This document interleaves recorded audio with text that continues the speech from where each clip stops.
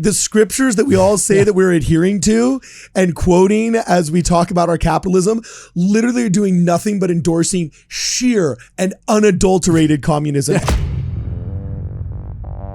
Союз нерушимый республик свобод. In scripture, both in the book of Acts, like it is codified. Yep. How else do you describe it other than a commune of Christians? Wait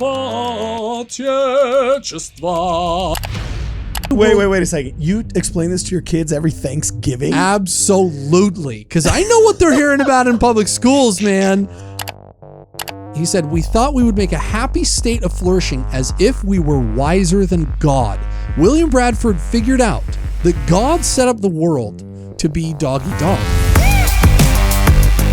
Welcome, ladies and gentlemen, back to Ward Radio on FM 98.1. Today I'm joined in the studio by Jonah Barnes, editor-in-chief of All Things Apocryphal, the associate professor of everything apocryphal, I don't know, I'm running out of alliterations, but you're just really smart, and you know the Apocrypha like nobody else I know in all of the West Coast for sure. Mm-hmm. But anyway, I want to get you on the show today because last time you were on the program, you talked to us about the true original biblical origins of Halloween. Our beloved holiday Halloween.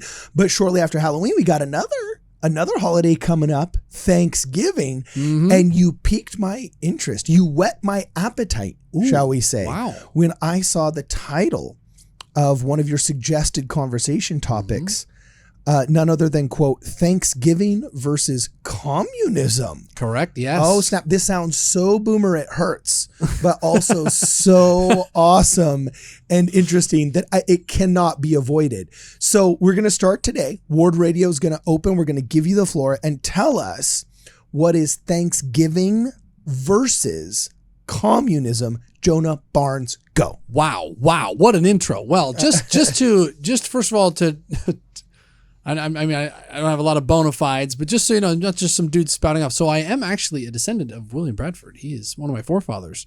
What who's William Bradford? Governor William Bradford, who was the governor of the Plymouth Plantation, who saved the colony from communism, which we're going to talk about. And it's from his journals that we glean this knowledge is from my forefather, William Bradford. So every Thanksgiving... you have some of William Bradford's journals in your family still? Oh, not in our family. No, these are all public domain or whatever. But he tells the story and you read it carefully and you realize what's really going on. So, and the other thing is, communism has always been fascinating to me. I served a mission for the Church of Jesus Christ in Siberia, Russia. And so... everybody there was pining. So can you bust it out?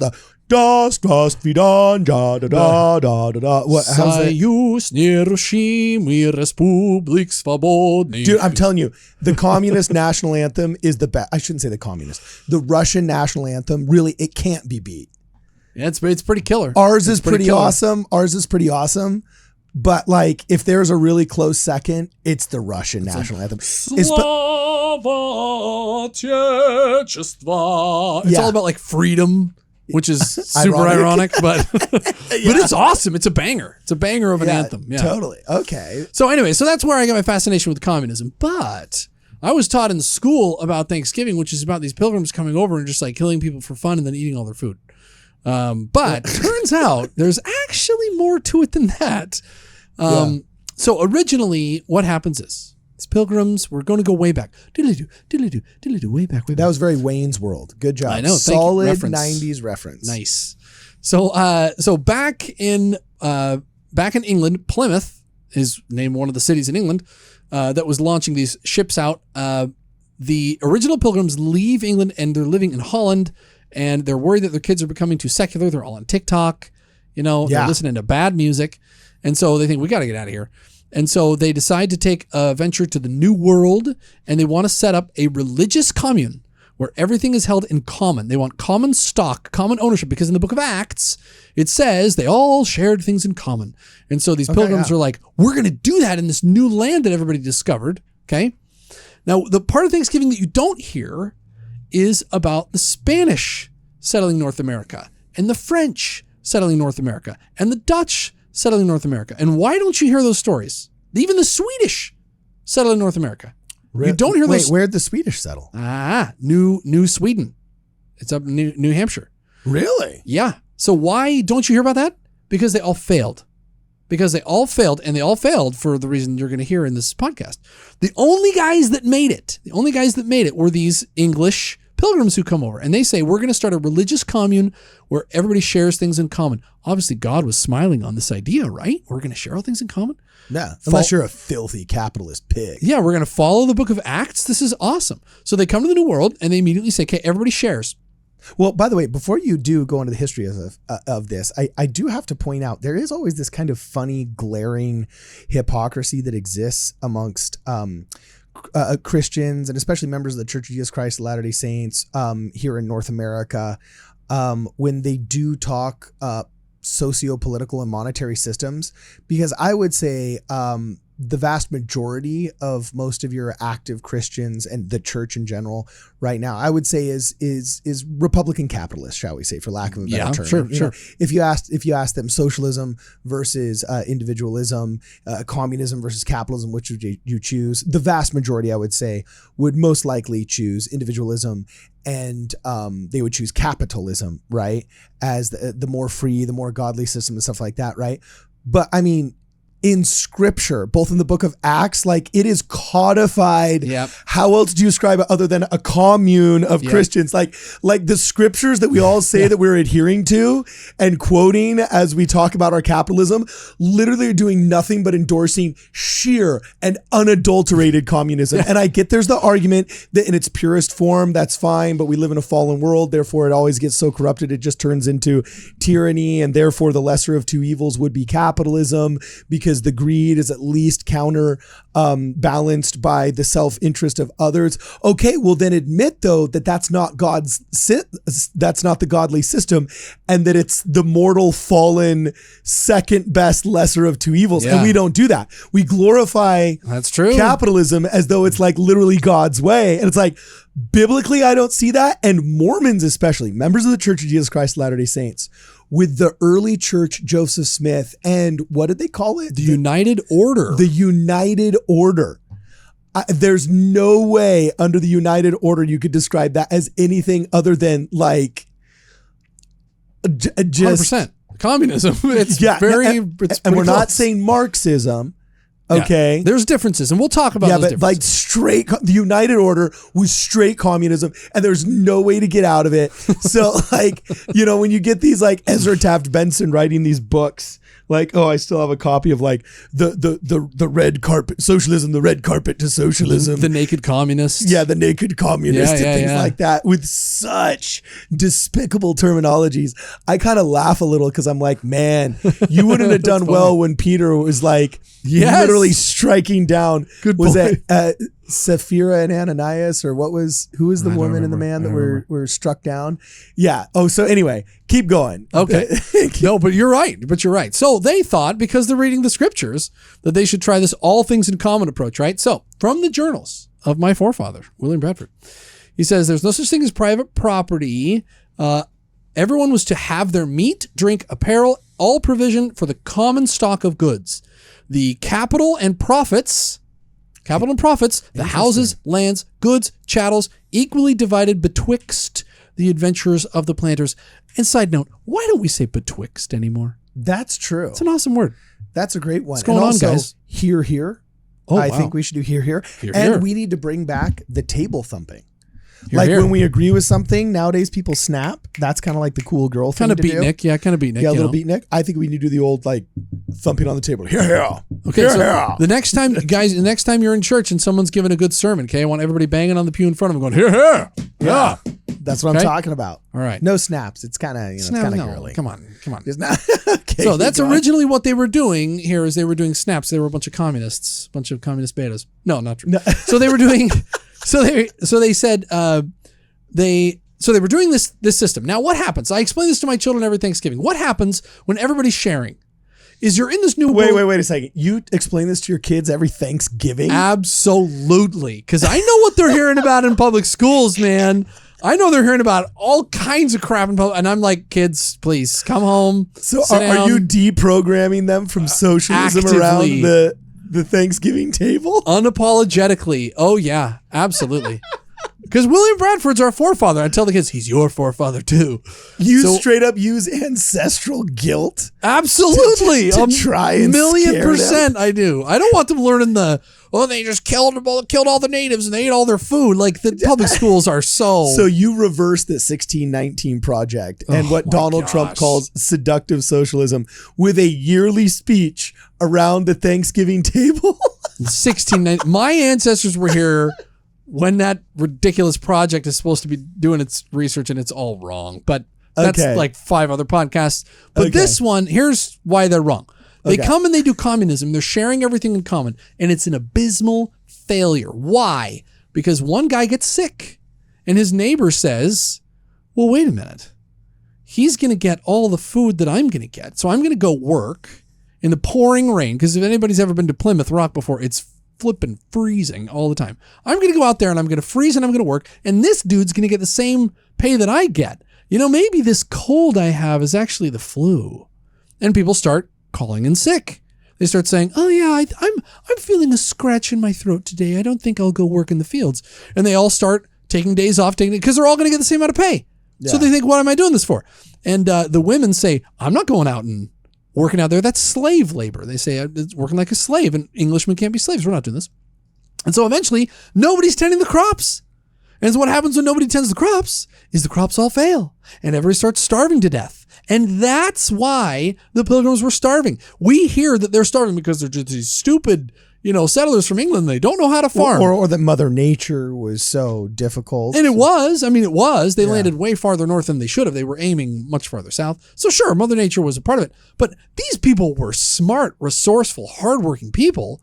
It's that they used the wrong idea. They were using communism, and it's a terrible idea. There's no incentive. There's no ownership. It's so interesting you say this, because I was reading an article recently. Actually, I'm becoming a little bit of a numismatic. Do you know what that is? Not a clue. A numismatic is somebody who collects coins, especially older coins, right?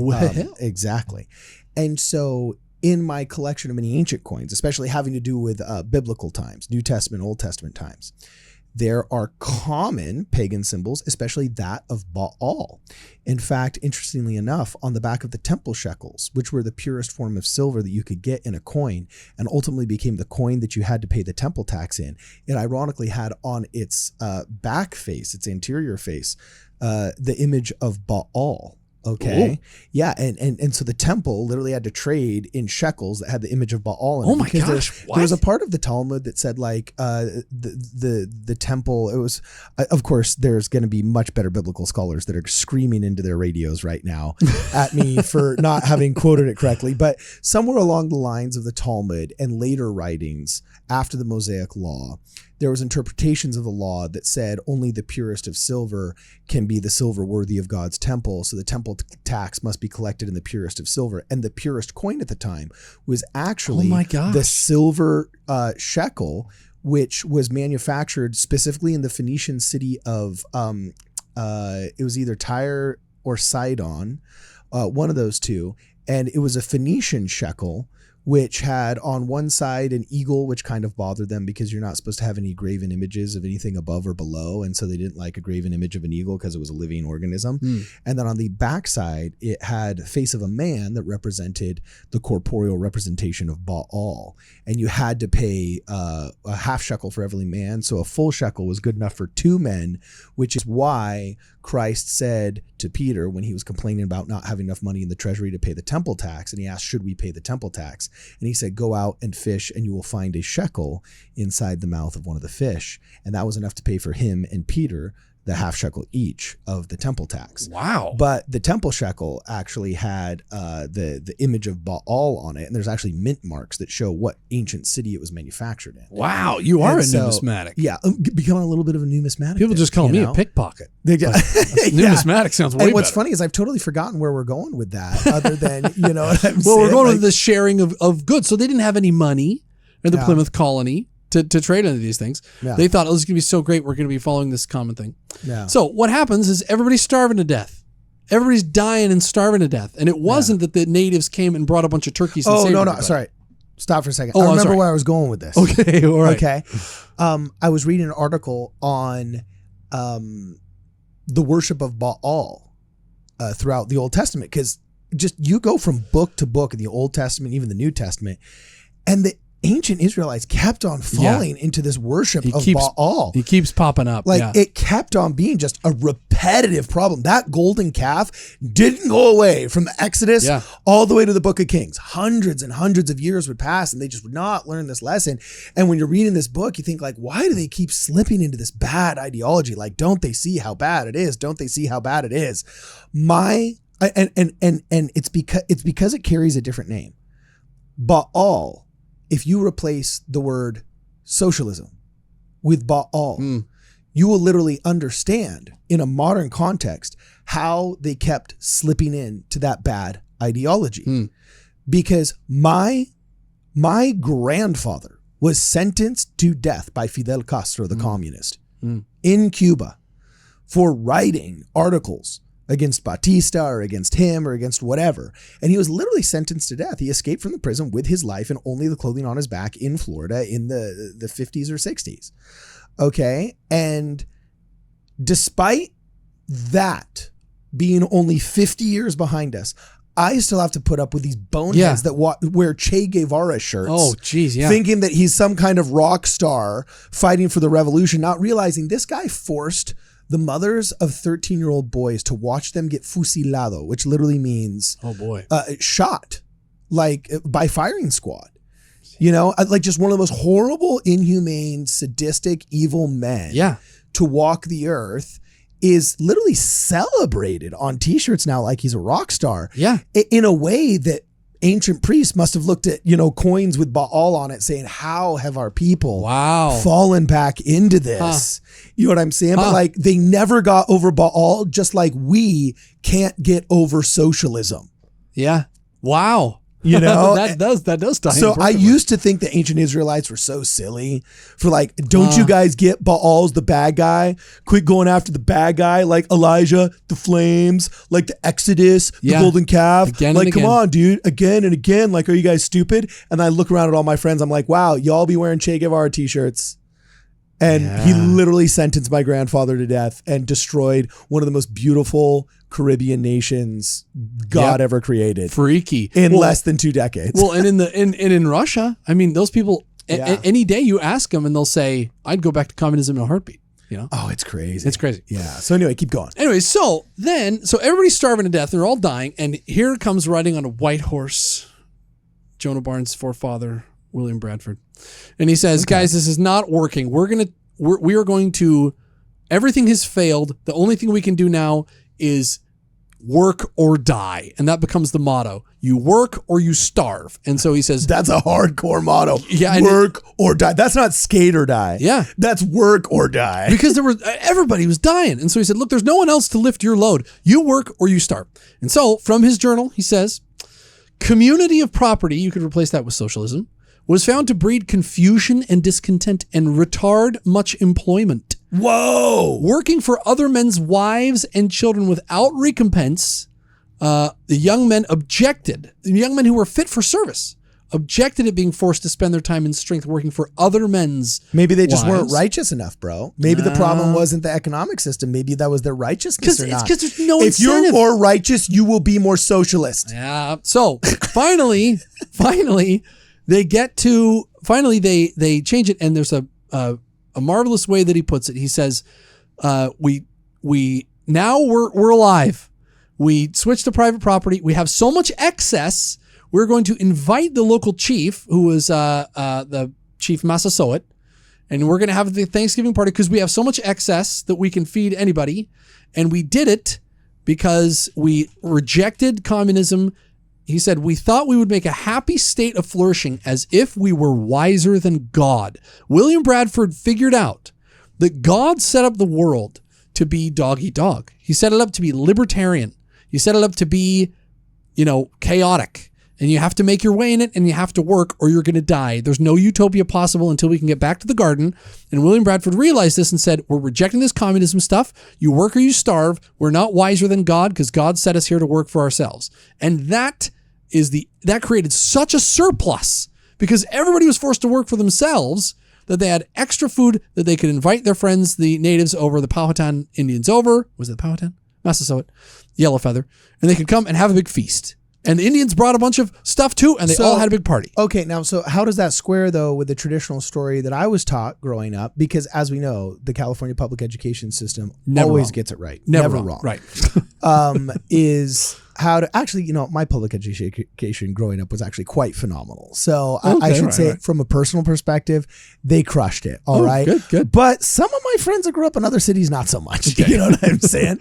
But what'd they tell you? Well, no, there's the traditional story that the natives saved the Pilgrims from starvation in the winter of 1620 to 1621.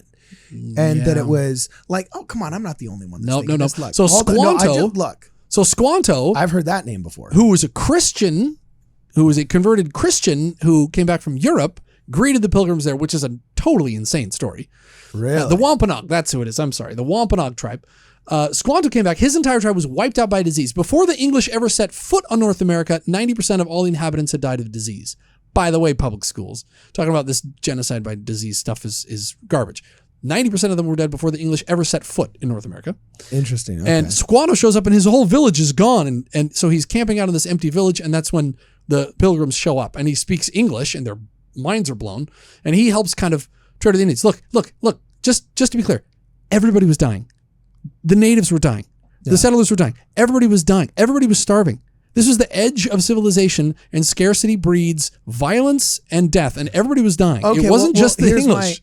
So I just looked this up right now on Google, and first thing that comes up that says the Wampanoag people, the people of the first light, are responsible for saving the Pilgrims from starvation and death during the harsh winter of 1620 to 1621, and that's according to the National Library of Medicine.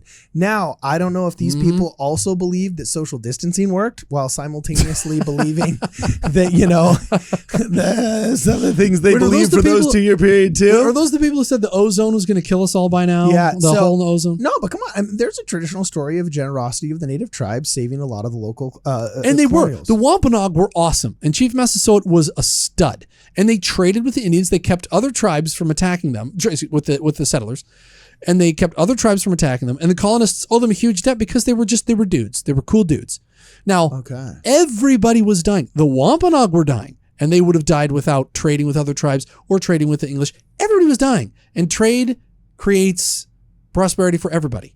So to say like they saved them, we all have this picture that these pilgrims are just these hapless morons. It was communism that made them need to be saved. They were saved not because they weren't able, but because they were buying in to communism, to the idea that you can share everything and you're wiser than God. That's what created the scarcity that the natives had to come in and help them through. And then William Bradford said, we're done with this crap. That is so interesting. That's what happened. Repeat that phrase. That was a very interesting phrase. They thought they needed to share. No, they thought they should share everything and they'd be wiser than God. What was that? What did you say again? Yeah, they thought that having all things in common, that they were wiser than God and they could create a utopian society. Yeah, well, your first phrase was much better. In fact, I'm going to clip that one and make that the intro to this YouTube video. Great. All right. You know what I'm saying? Unfortunately, it's one of the harsh realities of radio that we got, hard ins and hard outs. And no matter how great the conversation is, sometimes we got to bail because that's the way it is. That's the nature of the platform. But you know what? We're going to do something special today. We're going to keep the conversation going on YouTube afterwards in some bonus materials. And if you guys want to check us out there, make sure you look us up on wardradio.com, or you go to YouTube and look us up at Ward Radio. That's WARD Radio, and you can find us there. Until then, we look forward to seeing you guys next time. We are here on the radio. This is Ward Radio on FM 98.1 and AM 1220 KHTS. Done. Okay, keep going, brother. Cool. Well, what people don't realize is that North America, everybody had tried to settle North America. The Spanish tried it. The Swedes tried it. The Dutch tried it. The French tried it. Everybody was trying to do this and nobody could make it work. And I believe that the reason why is because in 2 Nephi chapter 10, It says, "This land, said God, shall be a land of thine inheritance, and the Gentiles shall be blessed upon the land, and this land shall be a land of liberty unto the Gentiles, and there shall be no kings upon the land who shall raise up unto the Gentiles." Now, Spain was a very strong monarchy at the time. These other countries did not have the rule of law, the natural rights of man, like England had. Okay. And so they're all trying to settle in the promised land, and they fail and they fail and they fail and they fail. And it isn't until these hyper religious and pretty independent, they weren't like by the state, they were kind of doing their own thing, come over to North America that the Lord is finally like, all right, these guys passed the sniff test, you can do this. And they settle. And in the South at the same time in Virginia, where my ancestors settled, they also actually had Thanksgiving 1 year before the Thanksgiving we hear about in 2016, 21. It was actually the first Thanksgiving took place December in Virginia at Jamestown. That was the actual first Virginia, which nobody knew about until they rediscovered documents in the 20th century. But that was the first Thanksgiving, and all of them came across the ocean and fell on their knees, and they praised God for sparing their lives. And so God was like, all right, I'm going to let these guys are pretty cool. I'm going to let them hang around. And so that's the part you never hear about, is all the failures and why they failed. And even the English failed because they didn't understand that they're not wiser than God. Let men be free. Let them work for themselves. Don't try to organize some great project, some great utopia, some state-run blah, blah, blah. There shall be no kings upon the land. Richard Stafford is loving this part right now, by the way. He's listening to this, and he's like, yeah, right on. Mises causes libertarians. What? But it's true. And that's what God wanted it to be. This land is going to be for just husbands and wives to just go off and start their own small kingdoms where every man a king, every woman a queen, and no other country was doing that except for England. And that's why God let England stay. Whoa, hardcore. Wow. So you're just placing the Patpole Bull straight on England right there. Boom. Wow. Them be some fighting words. And then we elected kings. Just like Israel. Then we just went back to worshiping repeated Baal, the same cycle. Yeah. Okay, cool. Anything else before we go? Anything else? This is great, man. Nope, you got all your system? Okay, great. That's good. Cool. Hey, well, let us know where we go wrong. Let's keep the conversation going in the comments below. As you guys know, for the first day, we try and curate all the comments and interact with you guys. It's one of the funnest parts of our job is cultivating an audience and a following, and you guys are great. So let us know where we go wrong. Let us know where you think Jonah Barnes goes wrong, if this is just a bunch of apocryphal pseudo-scientific history, or whether or not this is the lost Gnostic truth of the Pilgrims. Let us know what you guys think. And if 25 years from now you're playing this for your children around the Thanksgiving table, which you should be doing, happy Thanksgiving, kids. Happy Thanksgiving. Oh, yeah? Aren't you grateful we're not communist? Yeah. Awesome. Despite the fact we're both wearing red shirts. That's why we wore them. That's why we wore them. All right. As always, you guys, if you haven't yet, please make sure that you smash that like button. If you haven't yet, please subscribe. Let this be the day that we earn your subscription. If you're one of those 40% that watches our videos without subscribing, and to see more, to sign up for our newsletter and the whole 9 yards, please make sure you visit us at wardradio.com. Right.